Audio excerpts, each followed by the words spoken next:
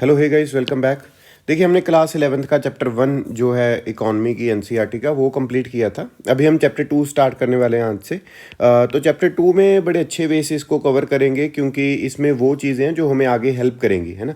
मतलब जो बिल्कुल बेसिक लेवल से जो भी बच्चे कर रहे हैं तो उनको हेल्प मिलेगी। जो भी एस्पिरेंट्स हैं जो बिल्कुल ही बेसिक से है ना, जिन्होंने नहीं किया हुआ इकोनॉमी पहले, तो उनको इन चीज़ों से, इन टर्म से थोड़ी थोड़ी हेल्प मिलनी स्टार्ट हो जाएगी अभी।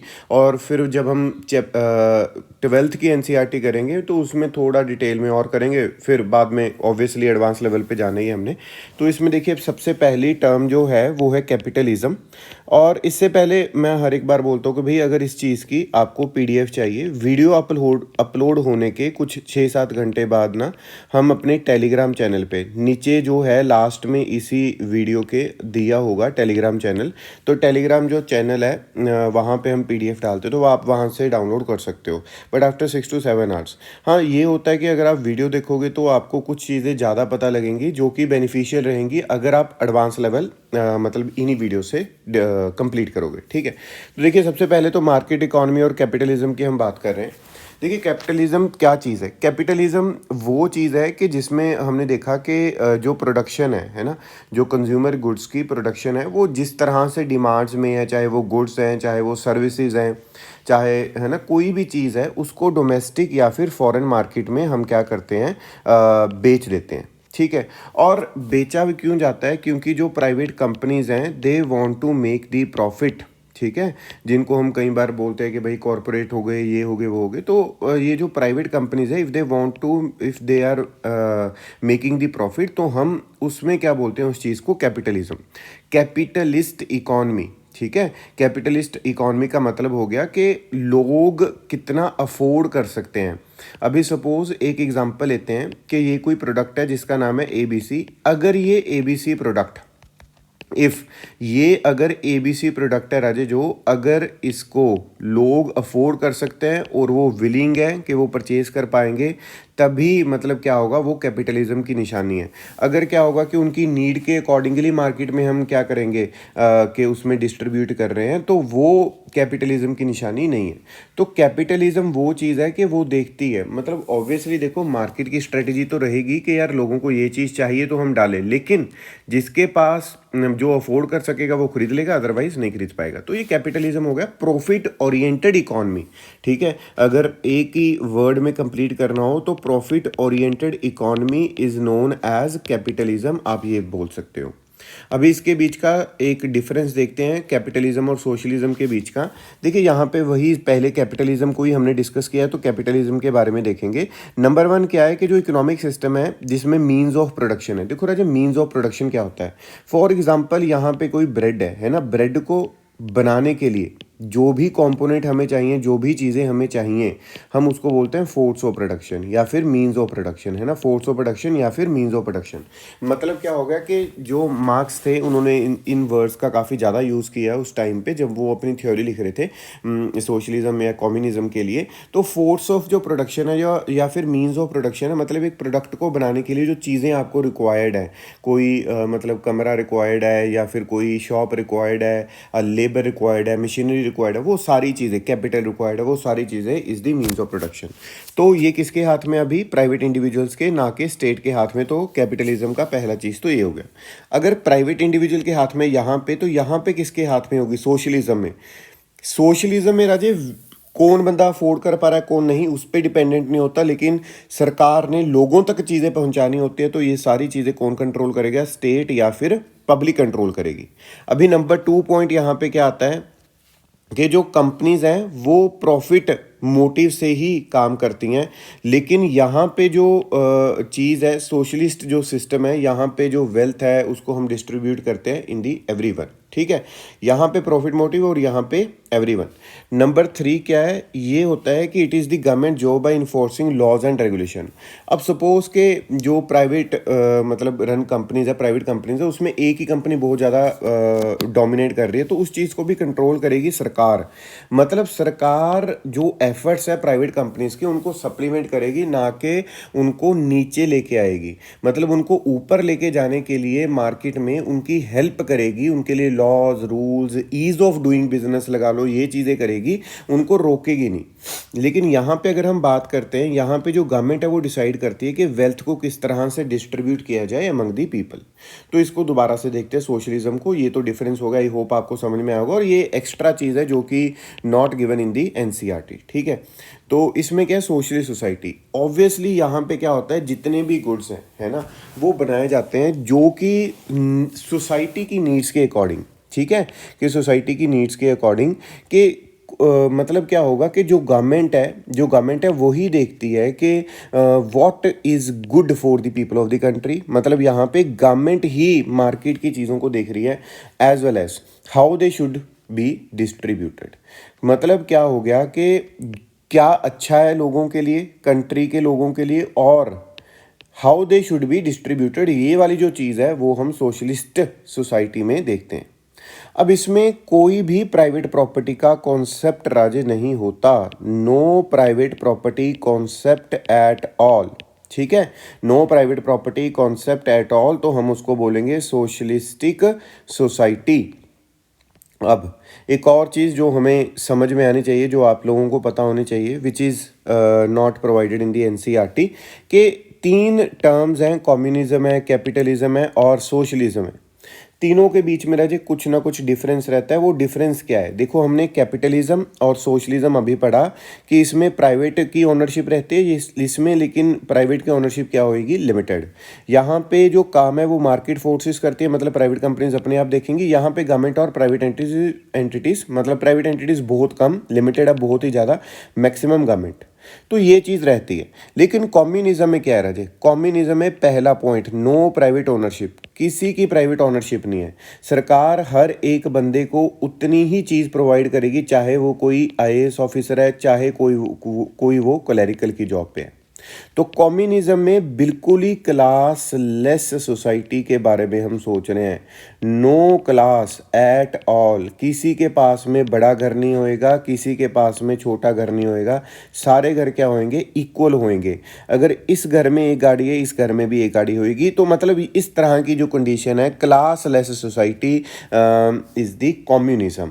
नंबर 2, सारा कुछ क्या होगा, सेंट्रलाइज्ड, सेंट्रल गवर्नमेंट ही हर एक चीज़ करती है कम्युनिज्म में। नंबर 3, कोई भी क्लास डिस्टिंक्शन नहीं होएगी, मैंने पहली बात की, क्लास लेस सोसाइटी होएगी, और जो प्रोडक्शन है वो बेसिक नीड्स को देखते हुए बनाई जाएगी। और ये जो थ्योरी के propounded by the Karl Marx, ठीक है। तो ये चीज़ राजे आपने याद रखनी है। तो सोशलिज्म में फिर भी थोड़ी बहुत क्लास हो सकती है। मतलब सपोज कर लो कि कोई बंदा आईएएस ऑफिसर है, कोई बंदा क्लर्क है। आईएएस ऑफिसर काम कर रहा है कुछ 10 घंटे के लिए, या फिर कुछ इंपॉर्टेंट काम कर रहा है, other as comparison to clerk कुछ सही वाला काम कर रहा है। तो इस आईएएस ऑफिसर को मे बी जो फ्लैट है वो 4 BHK मिल सकता है, इसको क्या मिलेगा, 2 BHK। मतलब सोशलिज्म में फिर भी इतना डिफरेंस रहता है। लेकिन इन दी कम्युनिज्म 2 तो 2 आईएएस हो चाहे कोई क्लरिकल हो, सब सेम हो जाएगा। क्लासलेस सोसाइटी के बारे में हम देखते हैं। लेकिन देखिए ना, मैं वैसे आपको बता देता हूँ कि जो कार्ल मार्क्स है, इनका जो क्लासलेस सोसाइटी वाला ड्रीम है, जो कम्युनिज्म का ड्रीम है, वो काफ़ी हद तक ये भी बोला जाता है, काफ़ी हद तक सुना जाता है कि भाई communism is nothing but a utopia. मतलब ये एक थिंकिंग है, ये सोचने के लिए ड्रीम, एक ड्रीम की तरह तो सही है, लेकिन कभी भी इम्प्लीमेंट ये नहीं हो सकता, ठीक है। नंबर 3 की बात करते हैं, मिक्स्ड इकोनॉमी। देखो राजे, अगर तो कैपिटलिज्म है, वहाँ पे प्राइवेट फोर्सेस थी, मार्केट फोर्सेस थी। अगर सोशलिज्म है, वहाँ पे गवर्नमेंट थी। लेकिन अगर मिक्स्ड है, लाइक आर इंडिया, हम बोलते हैं कि दोनों ही काम करेंगी। मिक्स्ड इकोनॉमी में क्या होगा, गवर्नमेंट प्लस मार्केट, ठीक है जी, गवर्नमेंट राजे प्लस मार्केट, ये क्या करेगी, दोनों की दोनों सोचेंगी आराम से बैठ के कि 3 क्वेश्चंस का जवाब देंगी ये। नंबर 1, व्हाट टू प्रोड्यूस, क्या प्रोड्यूस किया जाए। नंबर 2, हाउ टू प्रोड्यूस, कैसे, और हाउ टू डिस्ट्रीब्यूट, ठीक है, कि जो हमने प्रोड्यूस किया है। लेकिन इसमें क्या है, मिक्स्ड में दोनों है। और ये आप फोटो से भी, मतलब जो पिक्चर है, इससे भी अंदाज़ा लगा सकते हो कि यहाँ पे ये इस बंदे ने कुछ थोड़ा सा प्राइवेट वाला, कुछ पब्लिक वाला, तो ये क्या बन गई, मिक्स्ड इकॉनमी, ठीक है जी।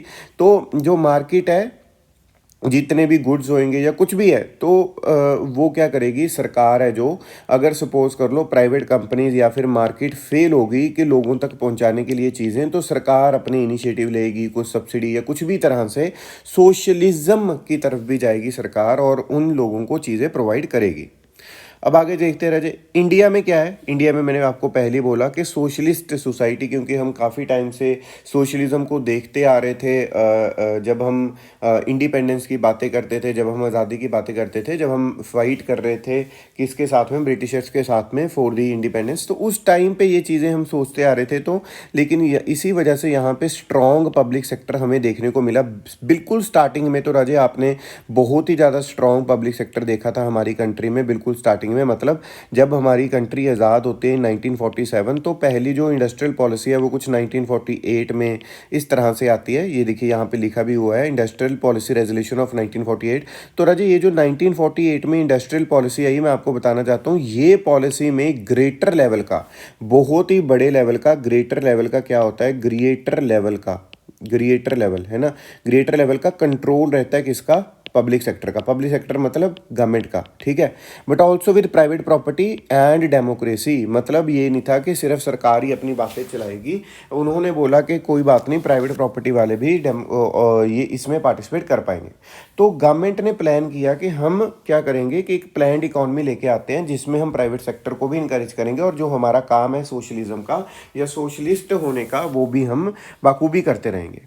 तो ये चीज़ें हमने राजे इसमें देखा। तो नंबर 2 यहाँ पे फिर हम क्या करते हैं, इस चीज़ को करवाने के लिए हम प्लानिंग कमीशन को सेटअप करते हैं, जिसका जो प्राइम मिनिस्टर है वो चेयरपर्सन होते हैं, पीएम एज दी चेयरमैन, ठीक है। और इसी से प्लानिंग कमीशन से एक चीज़ निकल के आती है जिसको हम बोलते हैं 5 ईयर प्लान, ठीक है जी। 5 ईयर प्लान आया, और 5 ईयर प्लान में क्या होता है, रिसोर्सेज शुड बी डिस्ट्रीब्यूटेड, ठीक है। और इस चीज़ का गोल क्या रहता है, नंबर 1 राजे इसका रहता है ग्रोथ, फिर मॉडर्नाइजेशन, सेल्फ रिलायंस और इक्विटी। इन चीज़ों को हम आगे आगे करके पढ़ते रहेंगे, देखिएगा। Number 1 growth. ग्रोथ मैं राजे आपको क्या बोला कि जो 5 ईयर प्लान से, एक प्लान की मैं बात नहीं कर रहा, ओवरऑल जो हमने गोल बनाया था 5 ईयर प्लान का, वो क्या रखा था, उसमें सबसे बड़ी जो चीज़ हमने रखी थी वो रखी थी, सबसे पहली चीज़ थी growth, number 2 modernisation, number 3 self reliance and number 4 is equity. तो ये 4 चीज़ें इंपॉर्टेंट थी, ठीक है। ये जो 4 चीज़ें वो बड़ी इंपॉर्टेंट थी। और इसमें अगर हम बात करें ग्रोथ में, इसका मतलब क्या था, refers to increase in the country's capacity, country की कैपेसिटी में इंक्रीज करना, to produce the output of the goods and services within the country. मतलब सपोज ये कंट्री है हमारी, इसमें अगर हम हमारे गुड्स और सर्विसेज की जो प्रोडक्शन है उसको इंक्रीज़ करें, तो ऑब्वियसली क्या इंक्रीज़ होएगी, ग्रोथ इंक्रीज़ होएगी। ये फोटो में आप देख सकते हो। और मैं कोई चीज़ बताता हूँ, जो भी बिजनेस साइकिल है, कभी डाउन जाएगा और कभी अप जाएगा, ये नेचुरल है, ठीक है। कभी डाउन कभी अप, ये जो फिनोमेना है ये चलता ही रहता है, याद रखने राजे ये चीज़। नंबर 2 यहाँ पे वही सेम चीज़ लिखी हुई है, जब भी ग्रोथ बढ़ती है या फिर ग्रोथ को हम काउंट करते हैं, हम एज अ जीडीपी काउंट करते हैं, ग्रोस डोमेस्टिक प्रोडक्ट।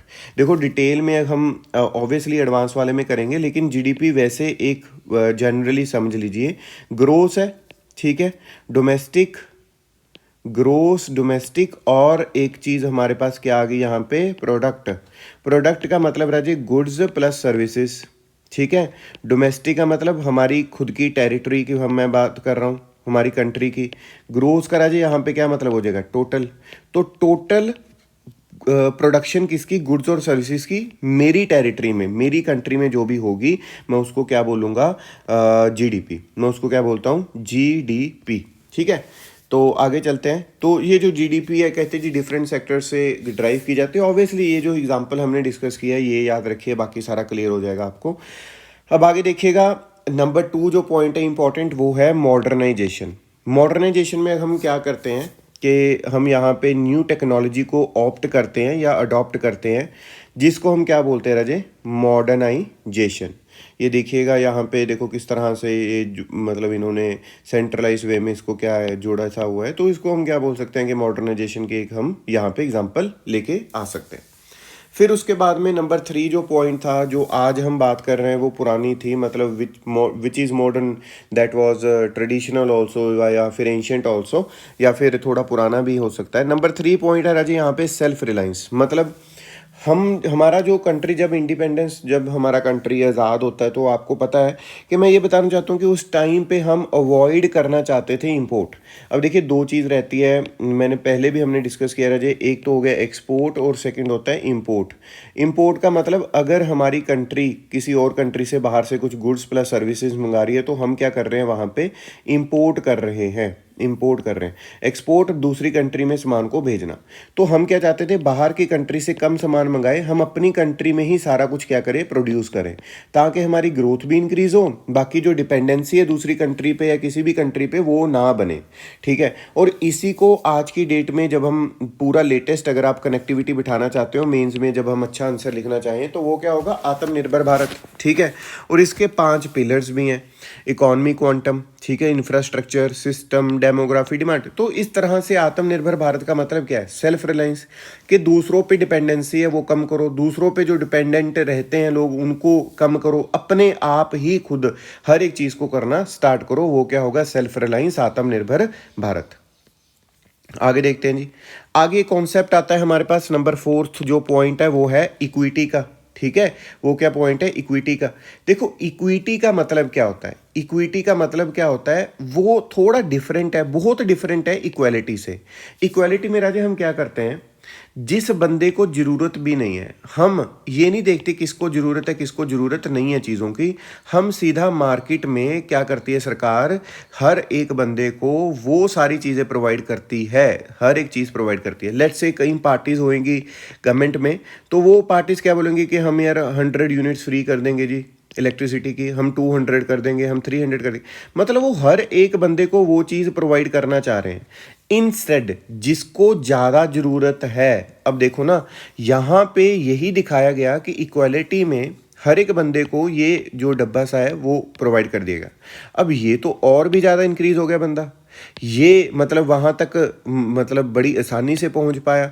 और ये जो बंदा बिल्कुल ही छोटे लेवल का था, बिल्कुल ही छोटा था, वो तो फिर अगेन क्या रह गया, छोटा ही रह गया, चाहे वो उसको डब्बा दे दिया। तो इसमें होना क्या चाहिए कि ये जो बंदा था जिसके पास ऑलरेडी एक ग्रेटर हाइट थी, मतलब यहाँ पे अगर हम सीन की बात करें, तो उसको उसको ना देके जो बहुत ही गरीब बंदा है उसको देंगे, तो वो भी बेचारा क्या कर पाएगा, देख पाएगा, यहाँ पे हर एक चीज़ को एंजॉय कर पाएगा। तो ये होते हैं इक्विटी। इक्विटी में क्या होता है कि बेनिफिट है जो इकोनॉमिक प्रोस्पेरिटी के, वो पुअर सेक्शंस तक बहुत अच्छे वे से पहुंच पाए, not only by the rich, वो सिर्फ इंजॉय ना किए जाए रिच के द्वारा, वो पुअर जो सेक्शन ऑफ सोसाइटी है वहां तक पहुंच पाए। अब आगे बात करते हैं, एड्रेसिंग एग्रीकल्चरल नीड्स।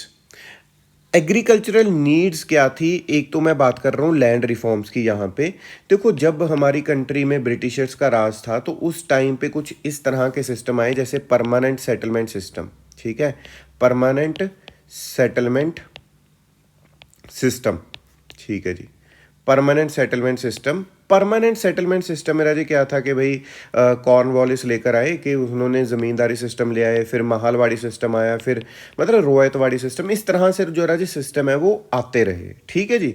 तो इन सिस्टम्स ने जो हमारी इकॉनमी थी, कौन से वाली, एग्रीकल्चरल इकॉनमी या फिर एग्रीकल्चर था, उसको डिस्टॉर्ट कर दिया, डिटोरिएट कर दिया, है ना।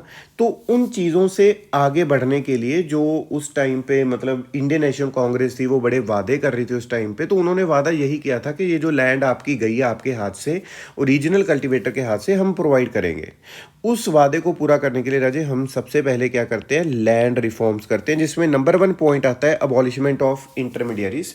मतलब ये जो बीच में इंटरमीडियरीज घुसे हुए थे, ज़मींदार ये वो, कि मैं बेच दूंगा तेरी ये, पहले मुझे देके जाओ, ये करो वो करो, उनको हमने क्या किया, अबॉलिश किया। नंबर 2 यहाँ पे राजे आता है टीनेंसी रिफॉर्म्स, कि टीनेंट्स को किस तरह से रखा जाएगा।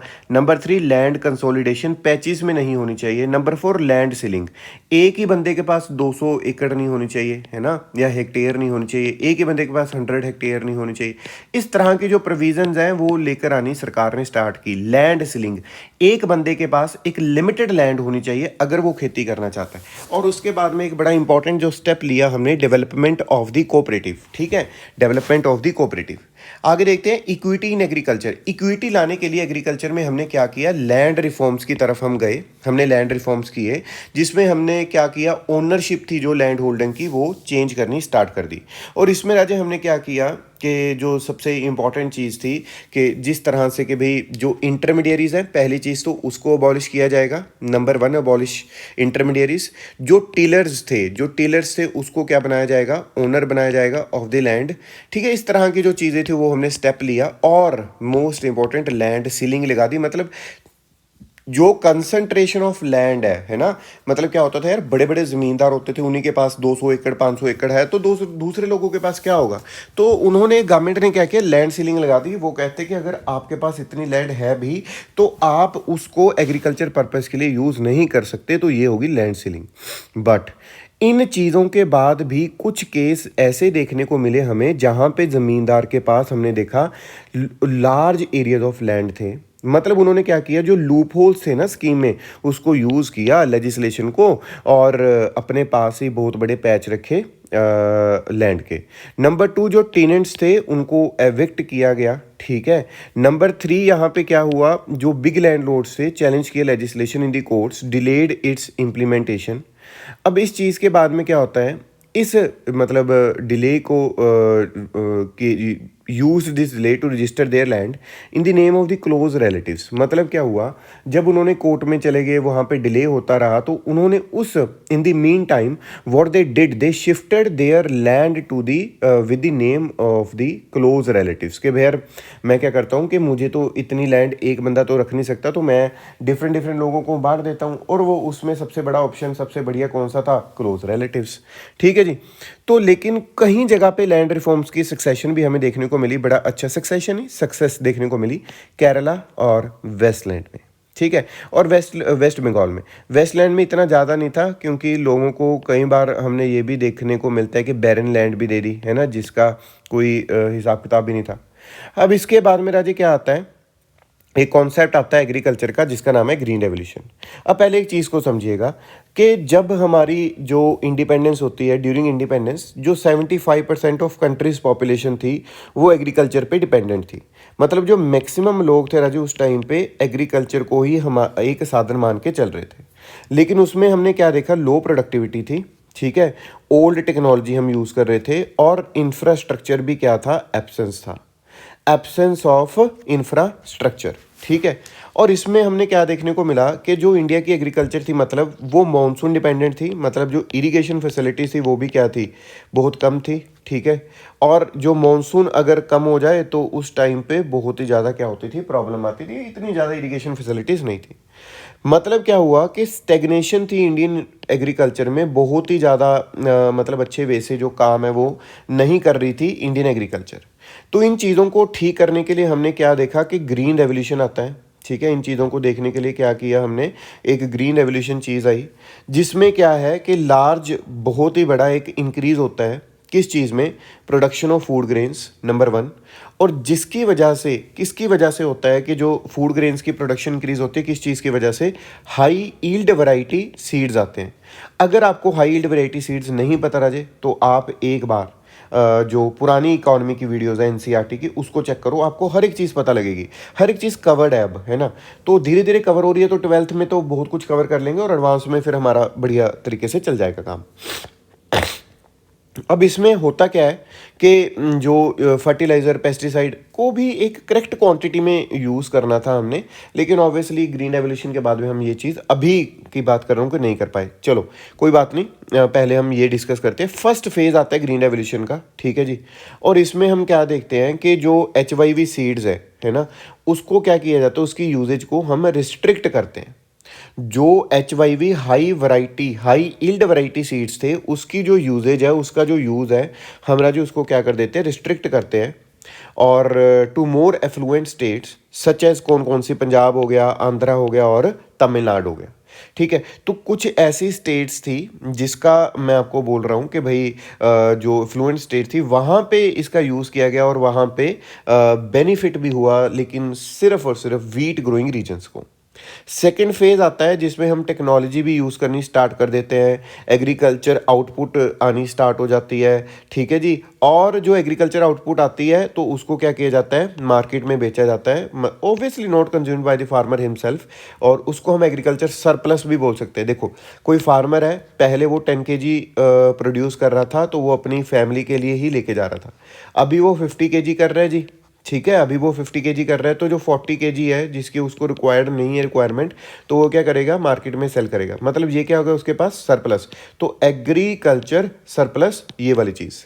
अब सेकेंड फेज के बाद में राजी क्या होता है कि ये जो एग्रीकल्चर प्रोड्यूस का प्रपोर्शन आता है ना, जो कि फार्मर्स मार्केट में सेल आउट करते हैं, उस चीज़ का इम्पैक्ट क्या होता है। बहुत इंपॉर्टेंट पॉइंट हम डिस्कस करने लगे हैं कि जो चीज़, ये चीज़ जो आती है उस चीज़ का इम्पैक्ट क्या होता है, उसकी ऑब्जर्वेशंस जो है वो देता है CH हनुमंथा राव, ठीक है।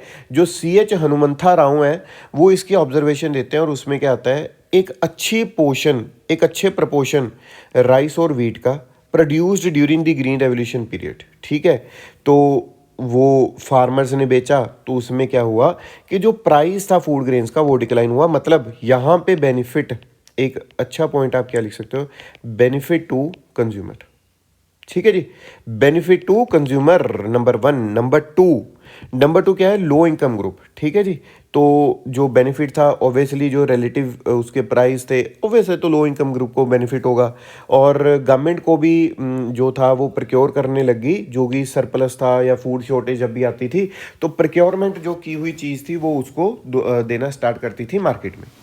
अब इसमें होता क्या है कि कई रिस्क भी हमें देखने को मिलते हैं टेक्नोलॉजी की वजह से। पहली चीज़ तो ये कि जब टेक्नोलॉजी आती है ग्रीन रेवोल्यूशन से, तो उसमें डिस्पैरिटीज़ हैं जो वो इंक्रीज़ होती हैं, या फिर पॉसिबिलिटी थी स्मॉल और बिग फार्मर के बीच में, ठीक है जी।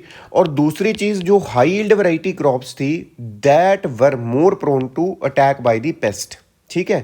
तो एक फियर तो था, एक डर तो था। और उसके बाद में number 3, provided loans at low interest rate to the small farmers.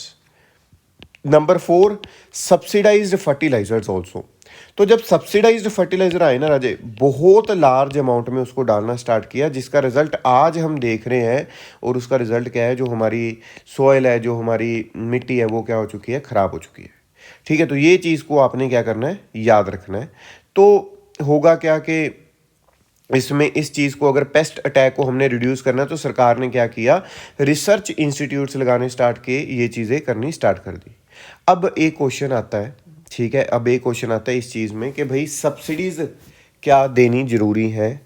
तो यस, क्या है यहाँ पे, पहली चीज़ तो कि जो सब्सिडीज़ हैं उनके बिना यहाँ पे क्या होगा कि देखो ना, necessary to use subsidies to provide an incentive for adoption of new HYV technology by small farmers. देखो, जो बिग फार्मर्स थे, बड़े थे, लैंडलॉर्ड्स थे, वो तो कर लेते, लेकिन इस तरह से हमें चीज़ को देखना पड़ेगा। लेकिन सबसे पहले क्या है, अगेंस्ट, जब हम सब्सिडीज़ कंटिन्यू कर रहे हैं उसके अगेंस्ट क्या चीज़ें लिखी हुई हैं।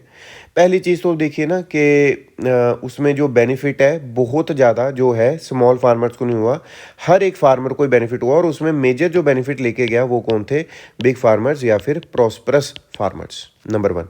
नंबर 2 क्या था कि जो टारगेटेड ग्रुप था उसको बहुत ज़्यादा बेनिफिट नहीं हो पाया। देखिए, ends up not providing benefit to the targeted group. और ह्यूज बर्डन किस पे पड़ गया, गवर्नमेंट के फाइनेंसिस पे। गवर्नमेंट कहाँ से पैसे पूरे करेगी, ऑब्वियसली जो नॉर्मल इंसान है, जो नॉर्मल लोग वहाँ पे रह रहे हैं, ठीक है। अब क्या ऐसी ज़रूरत है कि इसको कंटिन्यू करना चाहिए? ऑब्वियसली देखो ना यार, जो फार्मर्स है हमारी कंट्री में, they are maximum farmers are small farmers.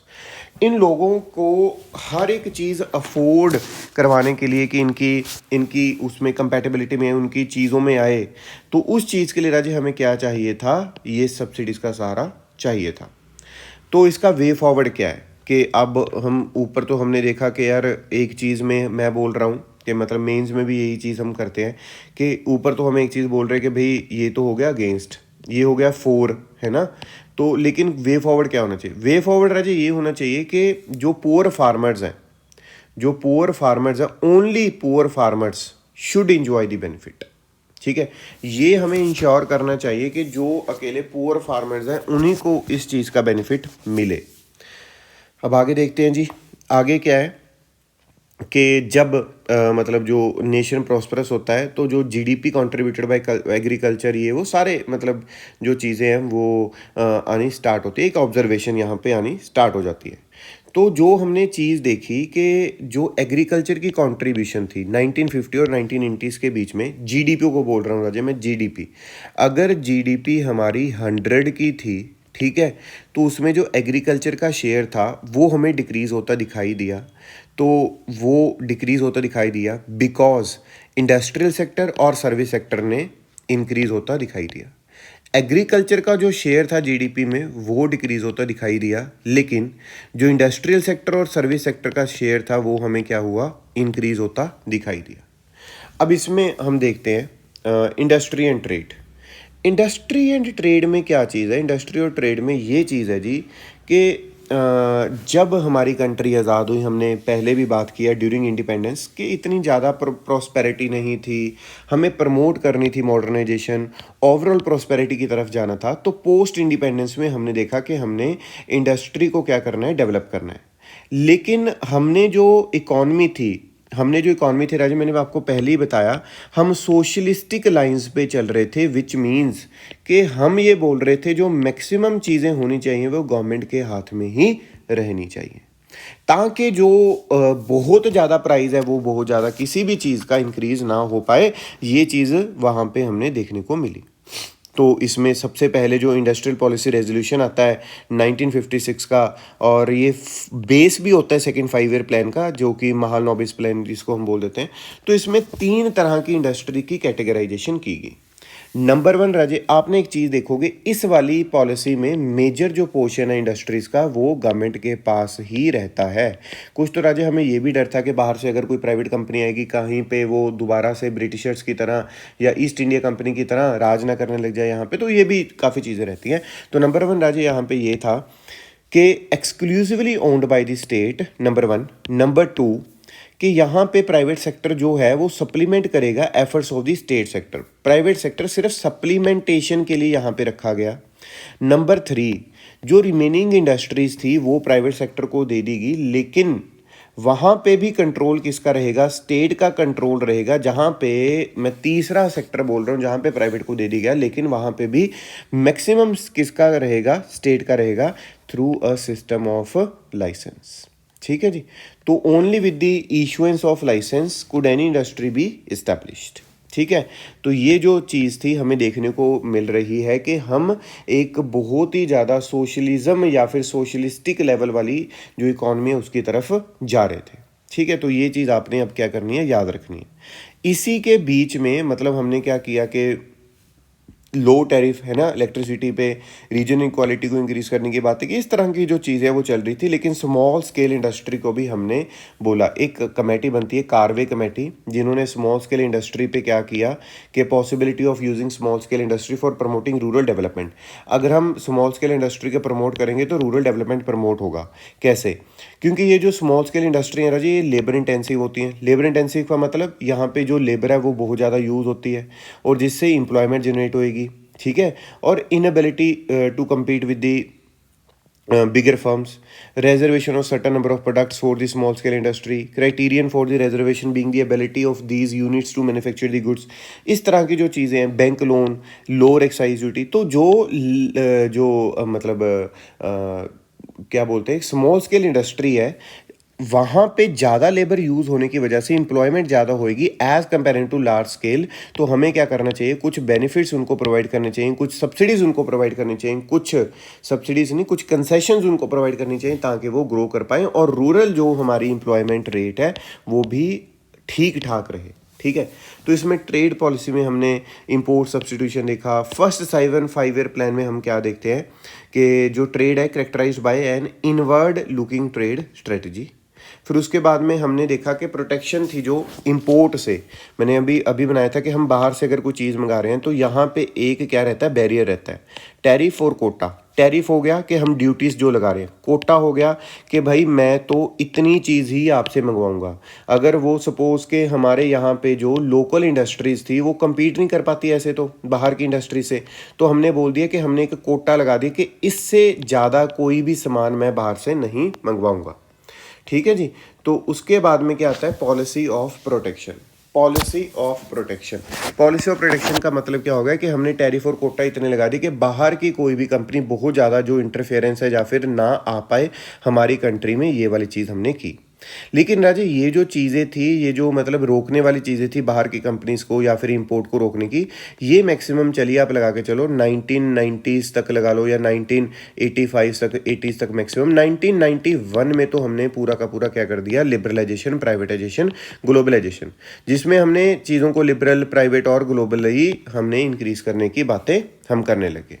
ठीक है राजे। तो महालनोबिस कौन थे? The architect of Indian planning, और इन्होंने इस्टेब्लिश किया था इंडियन स्टैटिस्टिकल इंस्टीट्यूट ISI, कहाँ पे, कैलकाटा में। और इन्होंने एक जर्नल भी स्टार्ट किया था जिसका नाम था Sankhya, which still serves as a respected forum for statisticians to discuss their ideas. ठीक है। और फिर बाद में हमारे पास क्या आता है, मार्केटेड सरप्लस। मार्केटेड सरप्लस का क्या मतलब है, पोर्शन ऑफ एग्रीकल्चर प्रोड्यूस, ठीक है, which is sold in the market by the farmer is called as marketed surplus. Marketed surplus का मतलब क्या हो गया, वही जो हमने ऊपर देखा था। सो इस वीडियो को देखने के लिए थैंक यू सो मच। अगर वीडियो सही लगी तो आप सब्सक्राइब कर सकते हैं और शेयर कर सकते हैं हमारी वीडियो को। ये हमारा टेलीग्राम चैनल है जिसमें कुछ 3-4 घंटे बाद आपको क्या मिलेगी, PDF, या 5-6 घंटे बाद PDF, इस पूरी PDF प्रॉपर वे में मिल जाएगी। ये जिस्ट है राजे, ये जिस्ट है। NCERT में ये चैप्टर बहुत बड़ा है, तो उसमें से जो भी इंपॉर्टेंट पॉइंट्स है, बहुत ही इंपॉर्टेंट पॉइंट्स है, उसको निकाला गया है। ये हमारा YouTube चैनल है, आप इसको प्रमोट भी कर सकते हो और शेयर कर सकते हो, आगे सब्सक्राइब करिएगा।